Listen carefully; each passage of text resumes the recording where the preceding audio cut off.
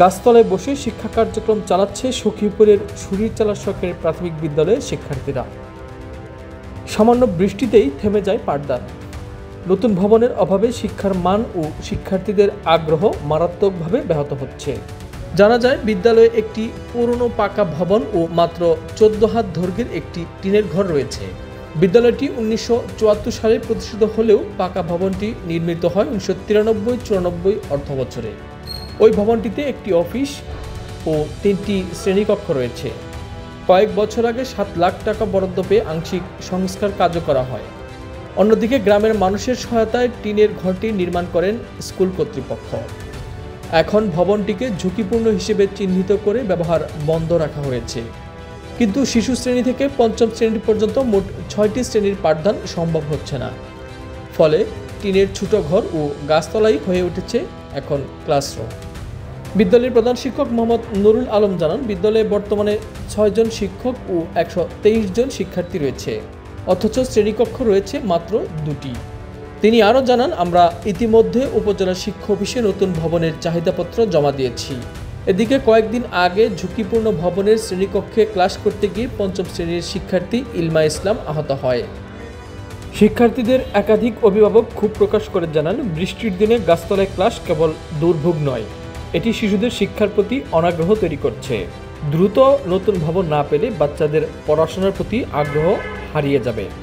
উপজেলা শিক্ষা অফিসার খুরশেদ আলম জানান, বিদ্যালয়ের পরিস্থিতি সম্পর্কে আমরা অবগত। ঝুঁকিপূর্ণ ভবনে ক্লাস নেওয়া বন্ধ করে দিয়েছি। টিনের ঘরে একটি শ্রেণীকক্ষ ও ইউনু মহোদয়ের সাথে কথা বলে পাশের মাধ্যমিক বিদ্যালয়ে 2টি কক্ষে ক্লাস নেওয়ার ব্যবস্থা করেছি। নতুন ভবন বরাদ্দের জন্য ঊর্ধ্বতন কর্তৃপক্ষকে জানানো হয়েছে। ক্লাস থেকে বের হয়ে যাওয়ার পর আমি আমার বেঞ্চে বসেছিলাম, তখন হঠাৎ করে ছাদ থেকে হঠাৎ করে একটু সিমেন্টের খন্ড আমার হাতে এসে পড়ে, এর ফলে আমি অনেক ব্যথা পেয়েছিলাম। এখন কেমন ব্যথা আছে? জি, এখনো ব্যথা আছে। কবে থেকে ক্লাস করো এখানে? প্রায় 3-4 দিন হবে এখানে ক্লাস করতেছি আমরা। বৃষ্টি এলে তখন আমরা 4-এর যে ছাত্রছাত্রী তারা একটু পরে ক্লাস করে আমাদের ক্লাসটা নেওয়া হয়। আমাদের ক্লাস যখন ভেঙে যায় তখন আমাদের ক্লাসের একটা সিমেন্টের টুকরা আমাদের ক্লাসের একজন সহপাঠীর হাতের উপরে পড়ে। তখন আমাদের ক্লাসের শিক্ষকরা সিদ্ধান্ত নেয় যে এই ক্লাসে আর ক্লাস করানো হবে না। তখন বাইরে আনা হয় আমাদের। যখন বৃষ্টি হয় তখন ক্লাস 4-এর ক্লাস বাদ দিয়ে আমাদের ক্লাস নেওয়া হয়, তারপরে ওদের ক্লাস নেওয়া হয়। পুরো ভবনটাই ঝুঁকিপূর্ণ, প্রত্যেকটা রুমেই ফাটল দেখা দিয়েছে। আপনারা দেখেছেন এখানে প্রতিটা রুমে ফাটল, অফিস কক্ষ প্রত্যেকটা রুমে। তবে 4-এর রুমটা একটু আছে, ক্লাস নেওয়ার উপযোগী একটু নেওয়া যায় আর কি। এই মুহূর্তে আমরা আমাদের তো আসলে আর কোনো অপশন নাই, আমাদের তো ক্লাস চালাইতে হবে, না বাচ্চাদের ক্ষতি হয়ে যাবে। আমরা তো আর পাঠদান বন্ধ করে বসে থাকতে পারি না। তো সেই জন্য আমরা চেষ্টা করতেছি যে পাঠগুলো চালাই যাওয়ার জন্য, সেটা যেখানে পারি, বারান্দায় পারি বা অফিস রুমে পারি বা ছোট রুমে পারি, আমরা চেষ্টা করতেছি। ওরা এদিক চেয়ে থাকে, ওই দিকে চেয়ে থাকে, ক্লাসের খুব ভালো একটা সমস্যা হচ্ছে। এবং আমরা এইভাবেই চেষ্টা করছি যত দূর সম্ভব যা কিছু করা যায় এর মধ্যে থেকেই, সীমাবদ্ধতার মধ্যে থেকেই সবকিছু করার চেষ্টা করছি। ভিতরে ক্লাস করা অনেক কষ্ট, অনেক অভিভাবক তার ছেলেদের পাঠাইতে চাইতেছে না। এই জন্য এখানে যারা ক্লাস করে ঝুঁকিতে আছে। আসলে ক্লাস করার পরিবেশই নেই, এরকম ফাটল ধরছে যে কোনো সময় ধসে পড়তে পারে। এই সুরিচালারে একটি মেয়ে 5ম শ্রেণীতে পড়ে,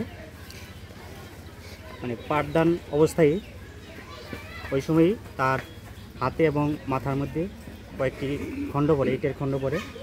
তখন আসলে আমরা সকলেই আতঙ্কিত হয়ে গেছিলাম। পরবর্তীতে সে কিছুটা সুস্থ আছে। আসলে এই অবস্থায় এখানে ক্লাস করা সম্ভব হচ্ছে না। আমরা যারা অভিভাবক, সকল অভিভাবক আমরা আসলে আতঙ্কের মধ্যে আছি। এই জন্য ভবনে আসলে ক্লাস করানো সম্ভব হচ্ছে না। স্যাররাও খুব আতঙ্কিত অবস্থা আছে।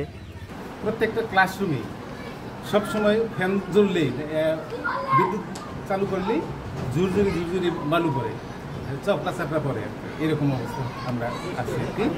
বৃষ্টি হওয়ার পরে তো পানি তো আছেই, অবিরত পানি ফোটা বিন্দু বিন্দু। একাদশে 2 দিন বৃষ্টি হলেই সম্পূর্ণ ফ্লোর ভিজে যায়। ছাত্র, অভিভাবক, এলাকাবাসী এবং শিক্ষক সকলে একটা আতঙ্কের ভিতরে আছি আমরা, যে কোন সময় কি অবস্থা হয়ে দাঁড়ায়।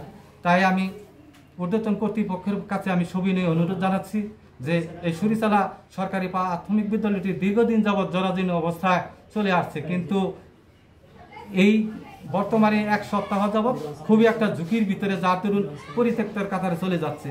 তাই আমি মাননীয় উপজেলা নির্বাহী অফিসারের মাধ্যমে ঊর্ধ্বতন কর্তৃপক্ষে যাতে এখানে সরানো হয়, যাতে তাড়াতাড়ি একটা বিল্ডিংয়ের প্রস্তাব হয়ে আসে এবং আমরা শিক্ষার্থীদের সুন্দরভাবে পাঠদানের ব্যবস্থা করতে পারি।